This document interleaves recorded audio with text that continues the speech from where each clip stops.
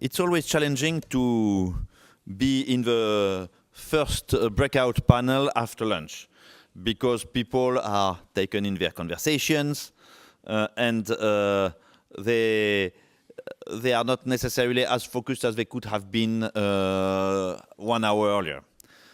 But we have decided that we are going to wake you up. And that's why we have selected a panel with blunt views. They will express blunt views, I hope. I challenge them to do so. Because they are not usual diplomats. They are people coming from the ground, with ground experience. And so I hope that you are going to ask questions and that you are taking.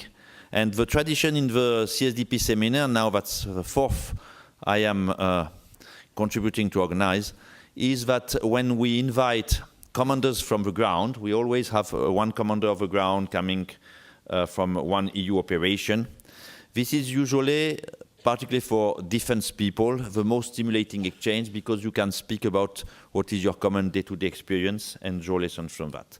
So I think this will be a bit more practical-oriented, focused panel than the previous one, and that this will be also of a specific interest in that sense. Let me just offer you then, first of all, Brigadier General Dionigi Loria, who is our logistics director in the EU. As his name doesn't indicate at all, I anticipate he's Italian, or he was Italian, but he's above all a military with great experience in the ground, from ranging from Yugoslavia to former Yugoslavia to Haiti, from Lebanon to other places. And he is representing here our specific military structure, EU military structure, which is the EU MS. Then we have Major General Philippe Pontiès, who is a compatriot and a former operation commander, very recently stepping out of EUFOR Central African Republic. And you know that this was an extremely challenging and extremely difficult operation. I remember the first time we outlined this idea with some colleague of Amanda in the Department of State. They said that you need at least 10 times more men than what you have planned, so you are bound to fail. And we said, well, let's see, let's try. Anyway, and Amanda Dory is now somebody who knows well this seminar because she supported it also previous year, and she's Deputy Assistant Secretary of Defense for African Affairs, Department of Defense here in Washington. The moderator is one of our oldest support, Leo Michel. We have jointly imagined this seminar 4 years ago. You are one of the fathers of it, Leo, so I'm very happy to pay due tribute to you. And you see the little child is in good health. He's a senior research fellow in the National Defense University, and he will moderate the panel. I pass him the floor without further ado. Thank you, all of you. Thank you very much, Francois. As a quick reminder to our audience, last August at the US-Africa Leaders Summit that took place here in Washington, President Obama, and let me just quote him here, he stated the following. He said, "I believe that a new Africa is emerging with some of the world's fastest growing economies, a growing middle class, and the youngest and fastest growing population on Earth. Africa will help shape the world as never before." And while trade and development and good governance issues certainly figured at the top of the president's agenda, he also mentioned very prominently new efforts to deepen security cooperation between the United States and Africa in areas ranging from anti-terrorism to the fight against human trafficking to support for African peacekeepers. And as we have already had a taste of this morning in the remarks by Madame Mogherini, unquestionably, the United States and Europe share many common interests with regard to crisis management in Africa and support to African peacekeepers who will require additional capabilities and training to handle some very difficult challenges. And fortunately, in recent years, we have seen some very promising examples of US-European cooperation in Africa through various formats. These have included bilateral cooperation, such as U.S. direct support to the French-led operations in Mali and the Central African Republic. This has included multilateral cooperation. I'm thinking, for example, among the European Union, NATO, and Combined Task Force 151 in counter-piracy operations off the coast of East Africa, off the Horn of Africa. And of course, US-EU direct cooperation, notably in peacekeeping and capacity building efforts in and around Somalia. And as the EU is beginning to mobilize its efforts to deal with the dramatic refugee crisis that we've all witnessed on our television screens taking place in the Mediterranean, and much of this crisis emanates, of course, from Libya, there might be new requirements and new opportunities for transatlantic cooperation. Francois has already introduced our panelists. Let me just say that I'd like to begin with Brigadier General Loria. He's the ideal person to help us understand the scope and the depth of the EU's overall approach to crisis management and peacekeeping efforts in Africa, and especially its very important dimensions when it comes to training and equipping and building capacity in the African nations themselves. Then we will move next to Major General Pontiès. He can share with us some of the key lessons learned as he was the commander of the EUFOR, the European force, in the Central African Republic from January of last year, 2014, just up until last month, when that operation officially was ended. And now the EU, of course, has a military advisory mission in that country. And Amanda Dory, former colleague of mine, there's no really better person to describe the various dimensions of the current and potential US-European cooperation with regard to African crisis management and capacity building for the future. General Loria, let me ask you to take the floor first. Thank you. Good afternoon to all of you. By way of introduction, I come from the European Union Military Staff.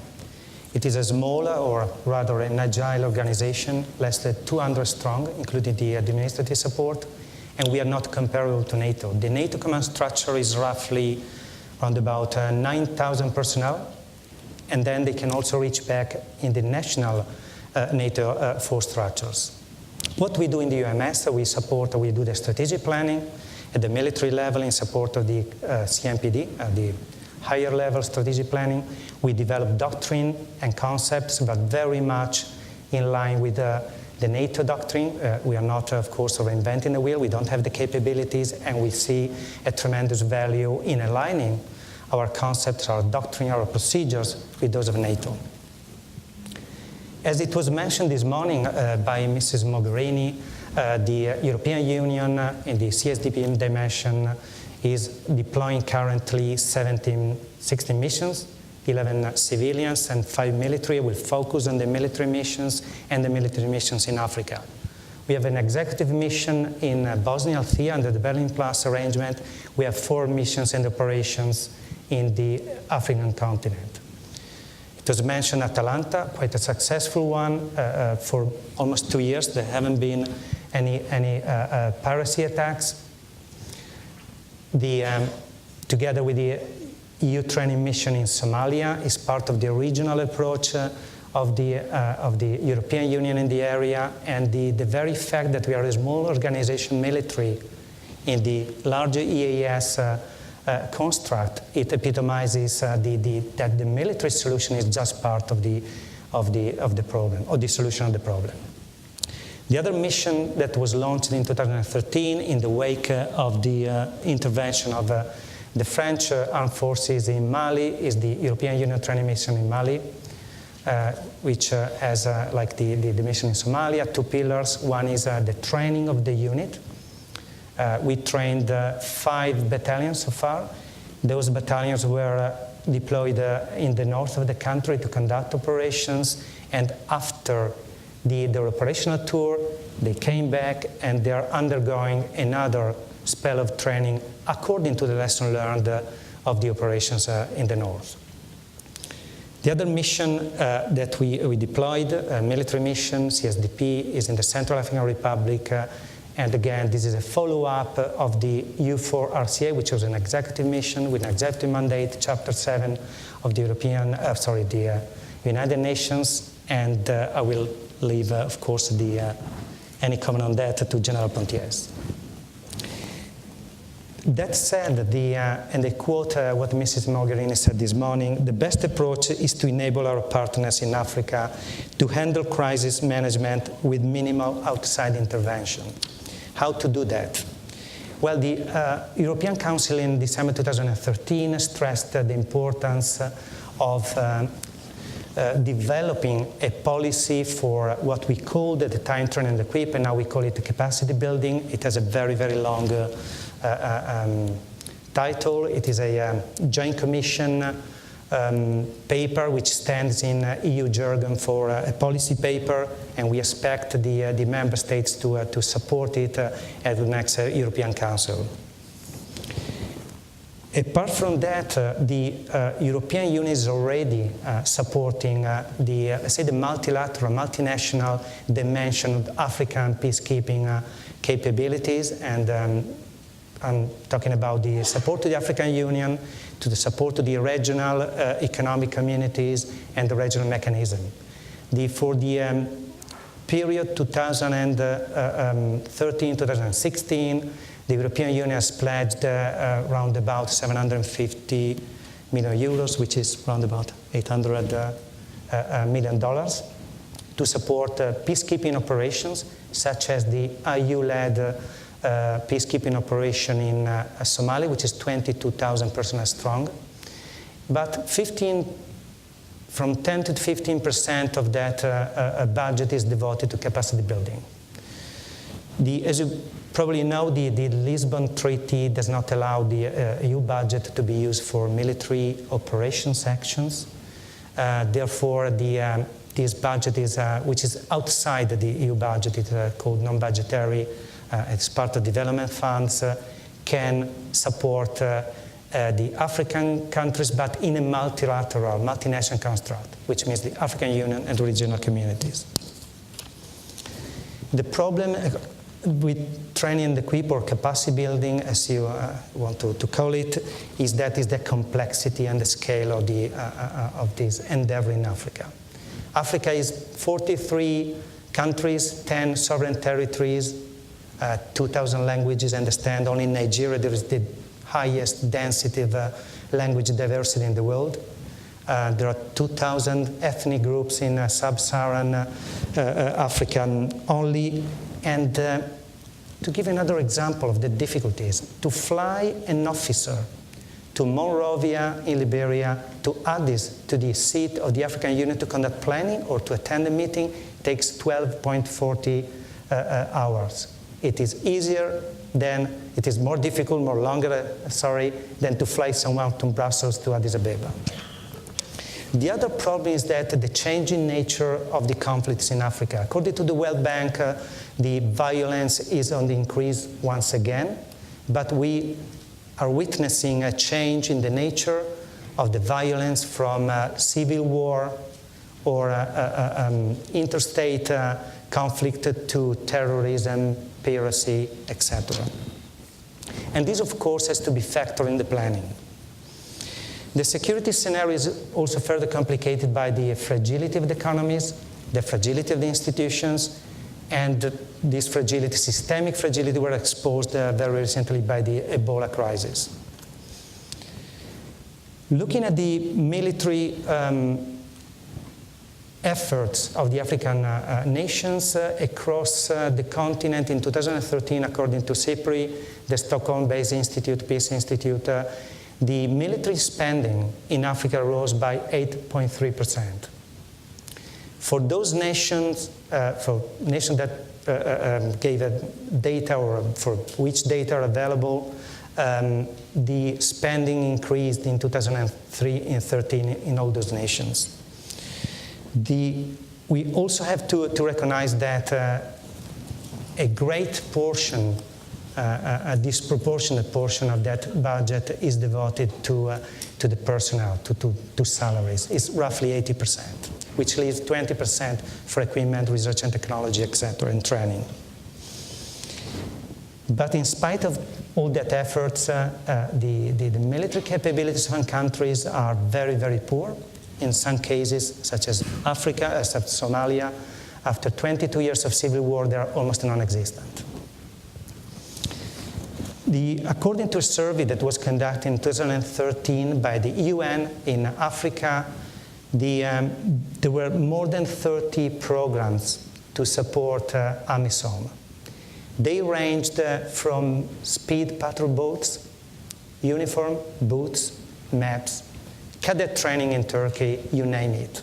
But the problem is that if this support is uncoordinated, the host nation, the recipient of all these efforts, can end up with a mismatch of equipment, different procedures, techniques, military cultures, etc. To give an example, and I quote verbatim the words of the former commander of the European Union training mission in Somalia, the last training that was delivered to 100 soldiers was delivered to soldiers that they had no uniforms, flip-flops, and they were not paid. Again, the training equipment is to be seen against the backdrop of the African societies.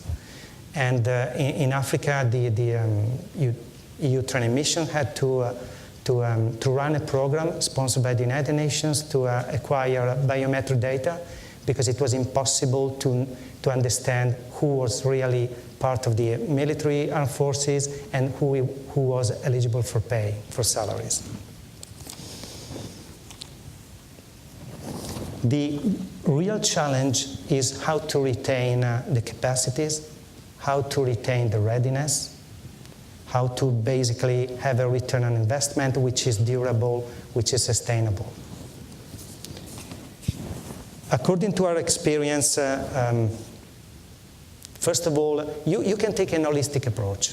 So you can work at all levels, as it is the case in both the training missions in Mali and in Somalia, because the training and advisory role is delivered at all levels, at the Ministry of Defense level, at the CHOD level, Chief of Defense, I'm sorry, I like all the military, I love acronyms, and also the very tactical unit level soldiers and instructors. But the problem is how to link all those programs, because they have to be linked. You cannot, as we have seen, you cannot give salaries to the soldiers if they have no ID card, there is no, let's say, demographic system, neither at the government level, the state level, nor the municipal level in Somalia. If we look at Mali, there is a need for any kind of equipment. Himself, the chief of defense had to sign for to release the money to buy the food for the soldiers. So this to give you an idea of the complexity of the problem. And we think that all this training and equipment, capacity building programs have to be tailored, have to be Africa-right, simple, cheap, sustainable, and not only African-right, they have to be Mali-right, Somali-right, or Nigeria-right.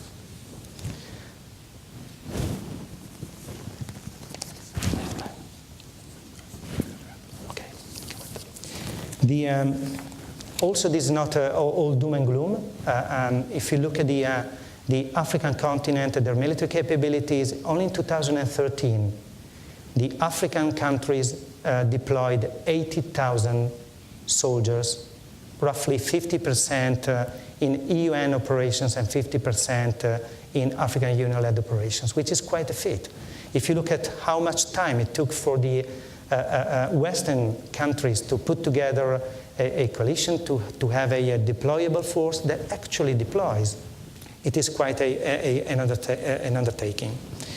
The other thing that it is important, again, I go very tactical, but it is important to understand that the problem, it is good to be strategic, but then our units, our missions, our operations are faced by practical problems, is that we have to build on success. So we have to identify simple programs, as I said before, cheap, that are sustainable. And it is also important to do that on a partnership basis. And this is what we are trying to do together with AFRICOM, together with NATO, for the African Union to develop their capability to control airlift on a continental basis.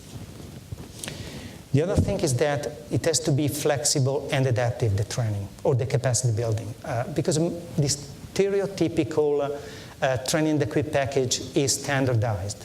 It is provided by Western instructors. It is provided sometimes and more often than in the past by contractors. It is standard, it is delivered, and people leave. And the African units are left to themselves. And it is important that this is tailored, as I said before, in UTM Mali, the European Union Training Mission in Mali, the training is reviewed every 2 weeks, sometimes on a weekly basis, depending on the conditions of the soldiers, on their fitness, on the availability of equipment, and how they respond to training. The other thing I think it is important is that we have to be patient. I think that we have this breaking news syndrome. We want an immediate result, but it is not possible. As I said, they did a tremendous effort in Africa, but we cannot expect the Africans to do something that it took decades for us to do. And I think my time is over. I just want to mention, since we are in the United States, that of course we do not work in isolation, as I said before, we work with NATO. We are part of the African Logistics Council, which is an African-led platform. And the beauty, if I may use this word, this adjective, is that it brings together some European countries, some stakeholders, important, the European Union, of course, but also the United Nations and the African Union, that are very much part of this endeavor. And the ambition, of course, is to move from info sharing, which is tremendously important, to the next step, which will be coordination. Thank you. Finish with this, and thank you for your attention. Thank you. General Pontius.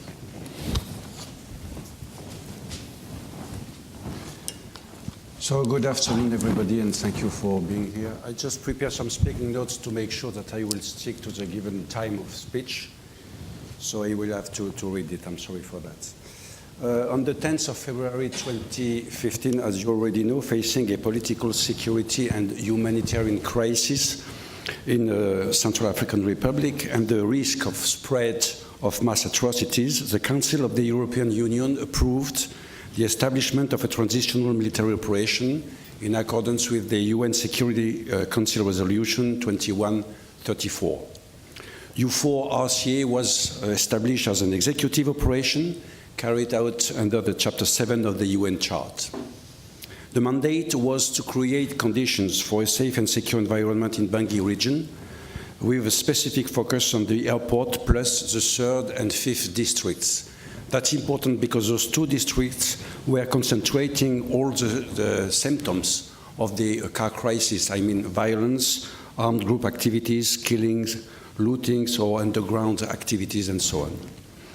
And that mandate was to, at the end of the story, to pass the baton to the UN mission MINUSCA. Initially planned for 6 months after achieving the full operational capability of the force, the mandate of EUFOR RCA was extended for 3 months after a request by both CAR authorities and the UN. By doing so, EUFOR has established an efficiency and a responsiveness test for member states facing security and humanitarian emergencies. Placed for the first time under fast-track procedure, political processes and establishment of the military operation, planning process, force generation, and launch were conducted in an extremely short time, allowing EUFOR RCA to reach full operational capability 2 months and a half after its initial deployment. EUFOR RCA is highly symbolic of what can be done by the European Union within the framework of CSDP, since it shows a certain number of characteristics. A bridging operation, clearly limited in time, set up under the auspices of a UN resolution, deployed in an enlarged international framework, UN, African Union, US, France, leading to an active implementation of the comprehensive approach, and followed by the military advisory mission, possibly transformed in a mentoring or training mission to support a full SSR process. EUFOR was operated from Larissa in Greece, where an OHQ operational headquarters was deployed, reaching 130 packs, provided by 20 nations. Its mission was to support the OP commander in the planning and conducting EU-led military operations and missions regarding the political military dialogue, the force generation, the deployment, the support, and of course the redeployment.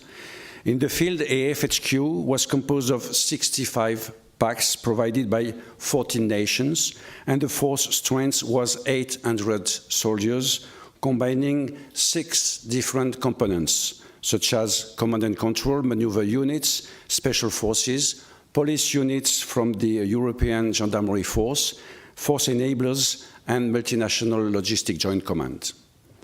As a result, EUFOR RCA succeeded in increasing the freedom of movement of car population, but also of MINUSCA and French Force Angares, in contributing to decrease the level of insecurity in Bangui, in creating conditions for humanitarians to start or restart their projects, with specific attention paid to the EU humanitarian cooperation and development projects, in encouraging the restoration of a high level of economic, social, and school activities within Bangui, in facilitating a sustainable return of IDPs and refugees, in supporting the UN deployment in our area of operation, and in paving the way for a national reconciliation dialogue.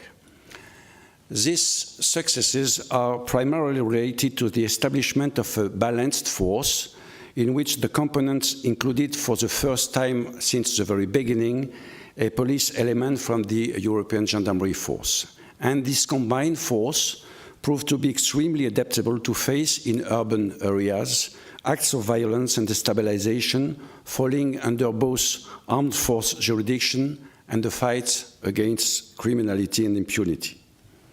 Moreover, the ability of gendarmerie to maintain order has proved to be very useful for the control of crowds generated for political purpose during coldly planned peaks of violence.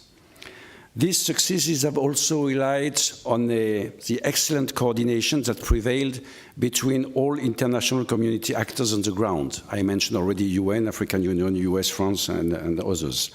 But also on the quality of the political and military dialogue established between EUFOR and the CAR authorities, building common trust, stimulating discussions, organizing consistency, and the convergence of military action and political military efforts has borne fruits.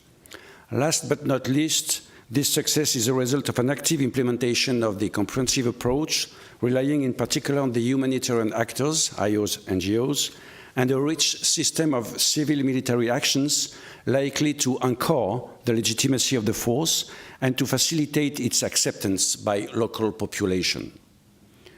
Naturally, difficulties and obstacles have arisen, raising the question of the relevance of the concept of battle groups submitted to the test of the will of the member states in the context of this operation.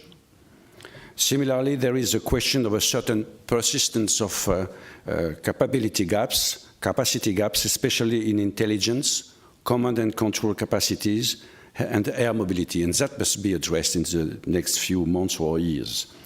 The study of, I think, all the CSDP operation and mission, lessons learned, and the continuing dialogue between member states and, of course, the EU structures, but also with NATO, and the ongoing reform of the European Defence Agency will undoubtedly consolidate existing procedures, enhance the needs, what needs to be improved, and open new perspectives. On the other side, the gains are real. First and foremost is the high level of interoperability between units fed by NATO doctrine and the Afghan experience. The expertise on cyber defense provided by the European Defence Agency staff needs also to be pointed out. Finally, the broad discretion left to the Op Commander to meet the main EU interlocutors at political and military levels in Addis Ababa and New York facilitated mutual understanding and trust, but also the preparation of handover-takeover processes, while providing much appreciated opportunities to inform ambassadors of member states or third states appointed here. As a matter of fact, the contacts I had with the, for instance, Ambassador Power in New York and in Bangui, and with all the ambassadors of the Security Council when they traveled to Bangui, but also with the US Chargé d'Affaires in Bangui, proved to be quite fruitful to coordinate our visions, to share our analysis, our approaches, our calendars, and our actions. Now, U4 withdrew from Bangui, but CAR is still implementing its political transition, and the preparation of the Bangui Forum for National Reconciliation is on tracks. But there is still a lot of things which need to be settled. The rebuilding of the CAR armed forces is one of the most relevant challenges. To give peace a chance, to sustainably stabilize the country in order to facilitate the deployment of the civilian administration, and to prevent a failed or weak CAR from failing under influence of extremists. The purpose of EUMAM, the European Military Advisory Mission, which has been deployed for 1.5 months, is to extend the EU military commitment in CAR. In close coordination with the UN mission, MINUSCA, such a mission can be regarded as the first concrete step of the implementation of a real SSR process in which UN has been working for a couple of months. EUMAM could possibly be transformed in a mentoring or training mission to support a full SSR process. U4 RCA had an unquestionably positive impact on the perception that the international community could have on the European Union in its security dimension, in addition to its traditional humanitarian, development and cooperation commitments. Its deployment has raised high expectations. Its influence, credibility and effectiveness are recognized. In addition, the regret expressed by local and international actors to see it disappear from CAR showed that there is definitely a place for an active and credible European pillar of defense and security. Thank you for your attention. Thank you, General. Ms. Story. Very good. Well, I have the opportunity to be in the cleanup position and to have absorbed what the colleagues have said here. And we'll try to break a little bit of new ground, maybe speaking from obviously from the Pentagon, from a headquarters perspective, and highlighting, I think we find ourselves at a time where the transatlantic cooperation with respect to Africa is at a high point historically in terms of strategic alignment and operational collaboration on the ground, and maybe speak to some of the reasons for that, some of the places where we see this happening that have been touched on already, and then some of the upcoming challenges. Just very briefly, I think the underpinning to the collaboration is really the common appreciation of the security environment as we look at Africa. We've touched on the vastness already and the diversity, but very generally speaking, I think we see the governance challenges in a similar way from both sides of the Atlantic. We see the development challenges and the need for dramatic improvements there similarly. And then, of course, the security imperative to enable the other two to improve. So I think we have such a strong alignment of the perspective of the security environment and our interests that it really drives the type of collaboration we've seen over the past couple of years. In particular, seeking regional stability in country after country, region after region, the prevention of mass atrocities, and of course, growing concerns in terms of violent extremist organizations and their impact both as it pertains to individual African countries and as well as European security and American security. So there's just such a strong coherence, I think, deeply interest-based that is driving the practical collaboration that we're seeing on the ground. Our approaches are also very congruent, I would say, in terms of a strong desire to elevate and promote African leadership as best as possible, working in partnership, and this is at the continental scale. The EU as well as the US both have important engagements with the African Union, as well as all of the peace and security architectures that are flowing from the AU. Similarly, at the bilateral level, I think we see very congruently when it comes to individual countries and regions. But our strategic approach in both sides of the Atlantic really focuses on partnership and building and developing partnership capacity. And from that flows, I think, a very important collaboration that's really based on comparative advantage in terms of what EU is able to bring to bear, what US is able to bring to bear. We each have our peculiar authorities, certain constraints, whether they're policy constraints, whether they're legal constraints, that feed into the way we develop the responses to particular situations. We've been working in the same geography quite successfully over time on this comparative advantage basis.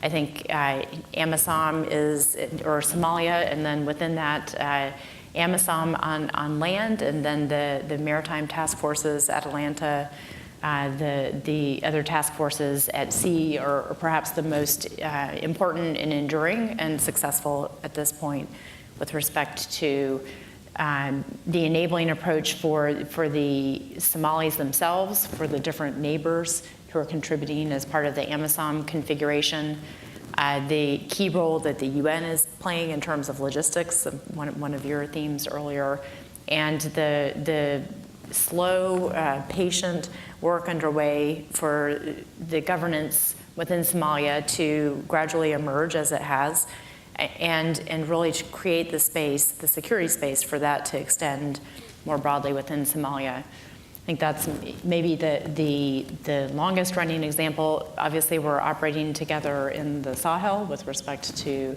Niger, with respect to Mali, Central African Republic. You've touched on that in some detail already, but I think the requirement for a rapid response and the French role in that, the EU role in that, the US role in that, and that focused primarily on bringing willing African contributors very swiftly into Bangui to help stabilize the situation, and then work since then. I would say Libya is maybe one of the areas where we are all struggling at present to find the right approach that combines the patience required for the negotiations underway to create a viable political core on the one hand, and then the rapidly growing concerns with respect to the extremist environment in Libya and the growth of extremism there, to include now Daesh or ISIL creating a beachhead on the southern Mediterranean shores where it threatens Libya's neighbors, has the potential to impact on Europe and more broadly. I would say, just quickly, in terms of challenge space, the number of conflicts, whether it's within Africa or globally, continues to grow, and I think we're feeling the strain of managing so many different challenges simultaneously, and finding the willing and able partners to step up into the individual situations, usually based, of course, on proximity, and then the collective will to address some of these challenges. I think one of my greatest concerns at this point is the ability to continue to find troop contributing countries to the ever increasing demand signal for peacekeeping or peace enforcement, whether it's in Africa or beyond. The second area that I would highlight, I've mentioned violent extremist organizations already, but I think we're seeing the growing phenomenon in the African context where you have extremist elements amidst a stabilization campaign. And AMISOM, it's been there for quite some time. That's really beyond stabilization. That's really an active fight against al-Shabaab. But we're seeing this now in Mali as well, where some of the highest level of casualties by peacekeepers because of the continued threat from extremists to include targeting the forces, the MINUSMA forces there, and the potential that could happen in MINUSCA and elsewhere. In terms of kind of approaches to deal with these challenges, clearly coordination is something we always talk about. It pains me to say it because it seems so trite to say that we have to increase our coordination, but of course we have to increase our coordination. That's internal to each government and it's across entities as well.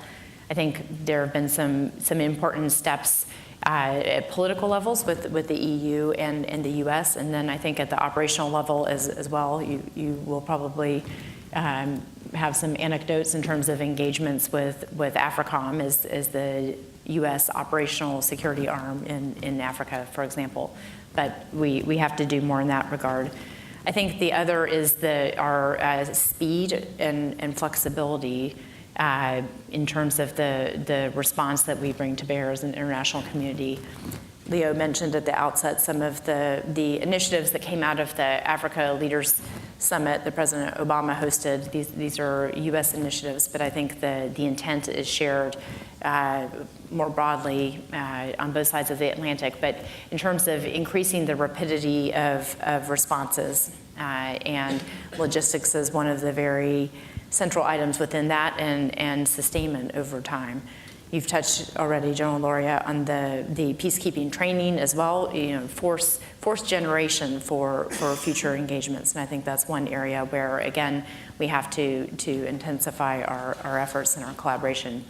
Maybe just briefly to close, because I don't want it to seem too depressing when we look across the geography, just as a reminder from a year ago, for those who were in the room thinking about some of the challenges that have been more or less successfully faced in that period of time. Thinking about where we were with Ebola a year ago and where we are today as a result of the mobilization of the international community, health community in the first instance, but the military community ended up being brought to bear based on the breadth of that catastrophe. Similarly, I think I would draw attention to the work that happened in the diplomatic space with respect to the elections that took place in Nigeria that were a cause of key concern with respect to the quality and the violence and the potential for instability that has plagued prior elections. And I think a very successful diplomatic coordination and support to the government of Nigeria and to various political actors contesting in that space have led to a much better outcome than I think many feared politically. And then the successful anticipated successful political transition there that's already improving the security space within Nigeria with respect to Boko Haram and the effort with Nigeria's neighbors. So I think there's some bright spots that we shouldn't lose sight of, even as I'm sure in our Q&A we will focus on some of the larger challenges. Thanks to all three of our panelists. If I could just take the prerogative again of the moderator and just ask because I know in the audience are some colleagues or former colleagues of mine who have been involved in some of the operational details and structures with regard to Africa. How is the cooperation between AFRICOM and the EU directly? How is that being structured? Is that done through a permanent AFRICOM liaison at EU headquarters? If there's not a liaison, would that be something that would be useful to have?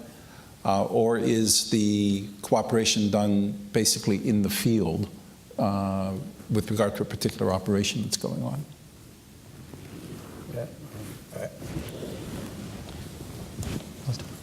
Okay. Since last year, we have been assisting to an increase in really the cooperation has stepped up. We have a structured dialogue at the leadership level, our Director General and General Rodriguez, who is the commander of AFRICOM. We have a Africa Logistics Council that I mentioned before, which is much wider than logistics.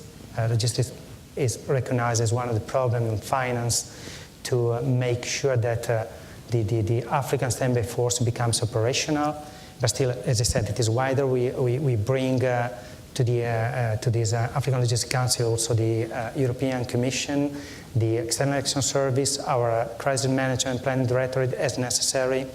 And this, again, very structured. We have VTC or telephone call every month, and if required, and that was the case for the Ebola crisis on a case-by-case basis. Also, we are developing an administrative arrangement to make this cooperation even more structured, to make and this is very critical, the passage of information, also the sensitive or classified information easier. There is a liaison officer that AFRICOM deployed to Brussels, and we are also exploring the possibility to exchange permanent liaison officers, both embedded in their respective organizations. But the message is, the bottom line is that I joined the UMS, the European Union Military Staff, 2 years ago, and I've experienced really an acceleration, and I think it is driven by events, but also by certain willingness to make it work. Yeah, as far as the EU4RCA is concerned, we didn't get so many contacts with AFRICOM because we focused on Bangui area, and AFRICOM, US was not involved in that part of CAR, but in southeast part of CAR. So the AFRICOM commander paid a visit to us just to share information and to be updated regarding the overall situation in Bangui and the way we assess the situation, political situation and humanitarian situation. But we didn't get the contact on a regular basis. I think the other level that's important is we were pleased to welcome at the Pentagon yesterday the EU delegation, and I think that level of regular contact is important as well, and that's one of the areas that we talked about further strengthening and routinizing going forward. We turn to the audience. Sir, and if you could just briefly introduce yourself and where you're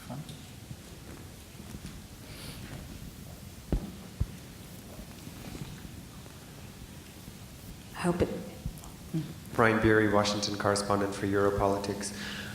Just looking at the terrorist groups there in Africa, specifically Boko Haram, Al-Shabaab, Al-Qaeda, what is the potential for an EU CSTP operation to assist a country in going directly after those groups? Are there legal impediments? What's being done already, and what could potentially be done?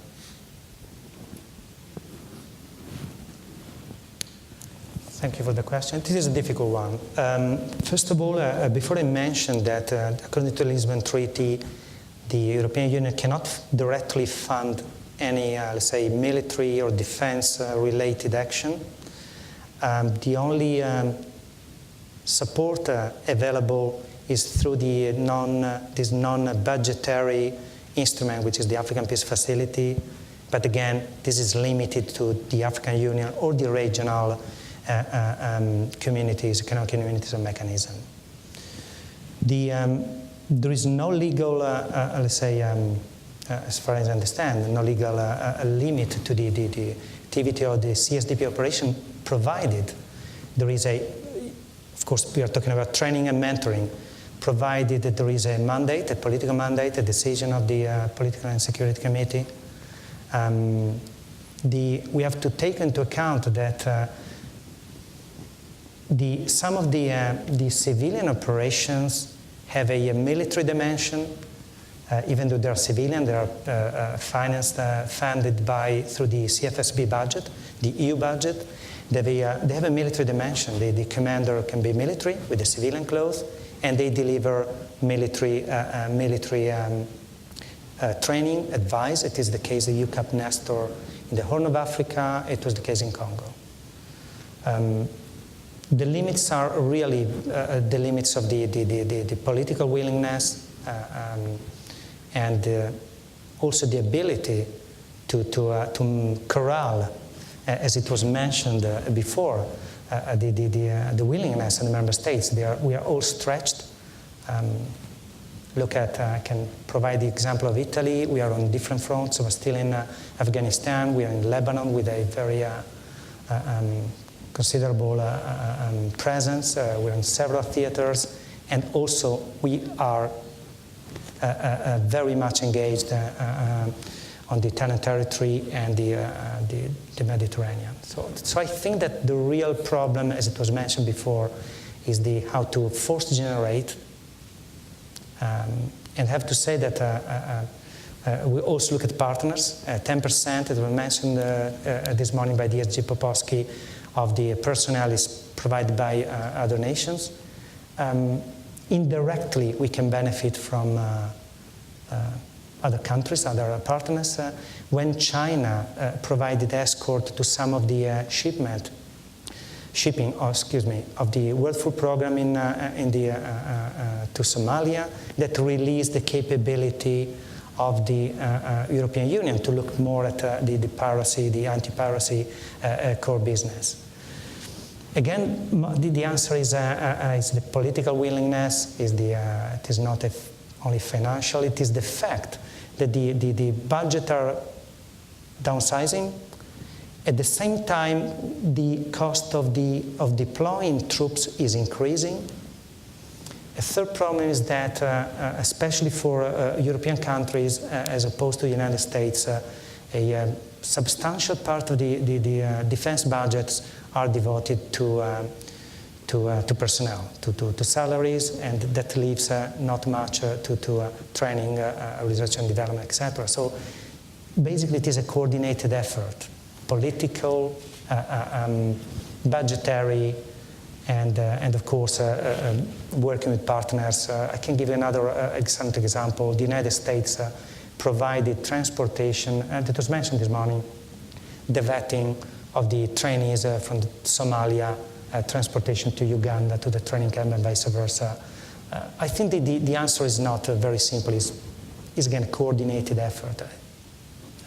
Could I just briefly on that? I think this is where my comments earlier about comparative advantage are really key, because that's an area where the U.S. doesn't have a restriction, and in fact where there's very clear guidance for Department of Defense to engage with partners when it comes to countering violent extremist organizations, and for all of the groups that you cited, whether it's Boko Haram and Lake Chad Basin, whether it's AQ affiliates in the Sahel, Al-Shabaab in the Horn of Africa, the United States is definitely working closely with partners in all of those regions with respect to counterterrorism, training, equip, information sharing, the full range of programs. So I think it's very complementary, the approaches with respect to the EU comparative advantage in the US in this instance.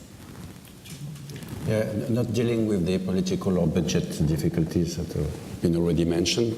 I mean, for CSDP, there is two kind of answers. There is a quick response, which is a bridging operation when we are facing a situation of emergency, which was the case in CAR. Or you've got a long-term answer, and the long-term answer is twofold. Can be capacity building, and this is what we're doing at that moment in Mali or in Somalia, or DDR-SSR, be part of a DDR-SSR process. And this is the game we are playing right now in CAR. But we can play that game, you know, filling the gaps, filling the UN gaps, I would say.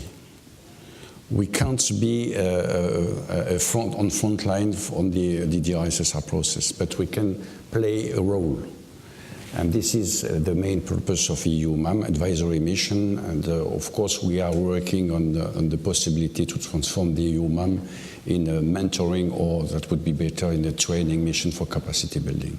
So there is a short notice answer and a long-term answer. And we can see that it's difficult for the member states to imagine to be committed in a long-term mission. Sustainability is a real key question within member states. Another question? Sir? Lieutenant Commander Turas Jasinskas, Army War College. In the session before lunch, we were talking about a lot about propaganda on the eastern NATO and EU borders, but concerning Africa, it is also a big possibility that Boko Haram or ISIS can recruit a lot of personnel from Africa for their activities. What measures you are taking countering all this also propaganda and EU being soft power? What are you thinking about implementing such measures or help African nations to resist this propaganda from their enemies or adversaries? Mm-hmm. Thank you. Thank you. Strategic communications, I guess. Yeah, I would say there are two answers. SWATCOM and intelligence, that has not been mentioned in the previous panel. When you're facing, this kind of activity, you have to get some answer with facts. But to get facts, you have to be strong in intelligence. And you have to have a story to tell to people, but that story is a true one, based on facts. So that's why you have to rely on a very powerful system of intelligence. And of course, we STRATCOM too, of course. I think just from a U.S. perspective, the Countering Violent Extremism campaign is one that's a multi-agency one. You may have seen our State Department recently has really invested substantially in terms of the social media space with respect to additional personnel who are very actively engaging with extremists in the social media stratosphere, so to speak, as part of the campaign. A piece that the Department of Defense does is working with partner militaries when it comes to military information support operations, and that's one of the areas where we're working to develop capacity with partners who are closer to the problem set and have the information and the intelligence that's required to really shape campaigns so that they're very meaningful.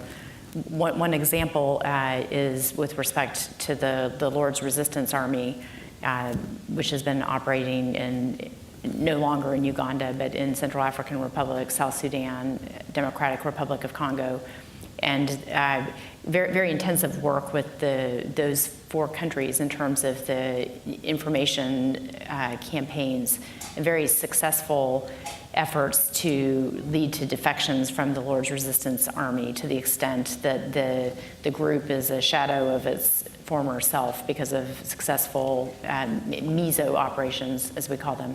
I don't think we're there yet with respect to Boko Haram, for example, or the Al-Qaeda affiliates, but that general approach is what we'll continue to pursue with partners.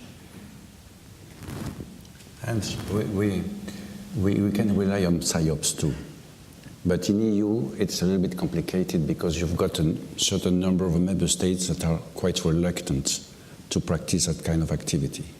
So we can't develop a real strategy for PSYOPs, and as Op Commander, I was not in position to develop such a strategy because of that. So it's a limitation. Well, you've opened up one area I was going to ask about, I think, for our 2 European generals.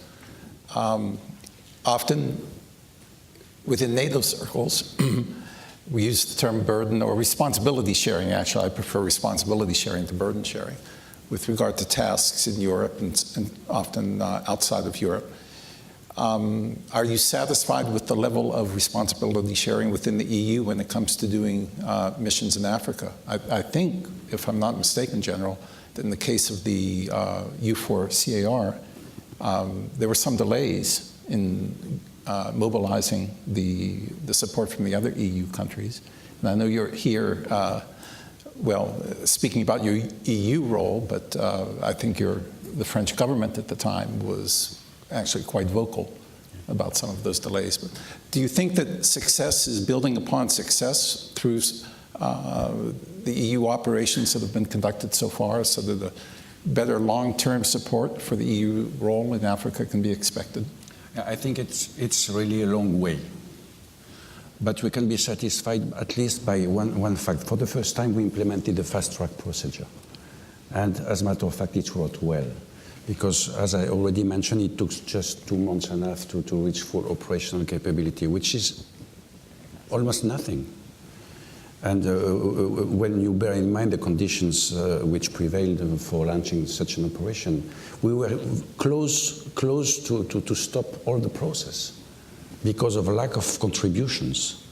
I mean, we faced a very strange situation in which we saw 28 member states voting unanimously the decision to establish this operation, and then we were looking desperately for people, for soldiers to launch this operation. And we were quite close to stop everything. And I have to mention that the second provider of troops for EU4 was not a member state. It was Georgia. And if we would not have Georgia as a participant, we would have canceled this operation. So we have some, positive points, but we have also some negatives. So we have to bear that in mind. But according to me, we are improving a lot. You get the last word, General. Very, very quickly, on the bright side, it is true that it took 79 days to launch the operation, but still we're quite fast because we use the fast track. But then you have to understand, or we have to consider that there is no standing command structure. This is not NATO. There are no 9,000 people working, planning, etc. Just to give another example, there is no money, standing money, there is no infrastructure program. Therefore, the money is only released for recce's after the so-called crisis management concept is politically approved, and the commander has a control of the budget only when he is appointed. And in the EU system, the commander is also the contracting officer. So you can understand also the difficulty. We have no standing contracts we can sign. We're working on a number of solutions. But again, this is not NATO. This is not a member state. We have to put them together. It is the difficulty of the planning, difficulty of the political process. But there are limitations in the construct of the military dimension, the CSDP, that have to be taken into account. Thank you. Thank you very much, Generals. Do we have time Story, for one thank more? you very much. I'm sorry? Do we have time for one more? Just one more? We are kind of running out of time, so very quickly, please. My name is Glenn Jenks. I'm a 20-year veteran of the U.S. Navy. And like yourselves, gentlemen, I was in Africa in support of Navy SEAL teams. And part of our constraints were the things that you've talked about and mentioned today. So I think my question, and kind of a comment, is you watched the Al-Shabaab shift from Somalia into Kenya with the Garissa attacks recently. And so rather than send and deal with the budget constraints of sending forces from the West into Africa, I think the focus needs to be more on the capacity development of intelligence and the capability of giving them the opportunity to stay and deploy and to be out in these areas to deal with these situations as they arise, because it was an insurmountable event for them to deal with. And I think considering how long we've been in that region, I can't comprehend why we're not giving them the capacity they need to deal with these issues. So I just kind of want to leave you with that and ask the question, what's the change? Where do we go from now, considering our budget constraints and the need and the modern warfare that they have now seen us develop in Afghanistan, and now they're changing tactics? I don't know if there's going to be a way of having a short answer to that. So perhaps we should take it as a useful reminder and take it more as a closing comment rather than a question. Sorry, but we do have to break for now. I wanted to thank or ask you to join me in thanking our three panelists.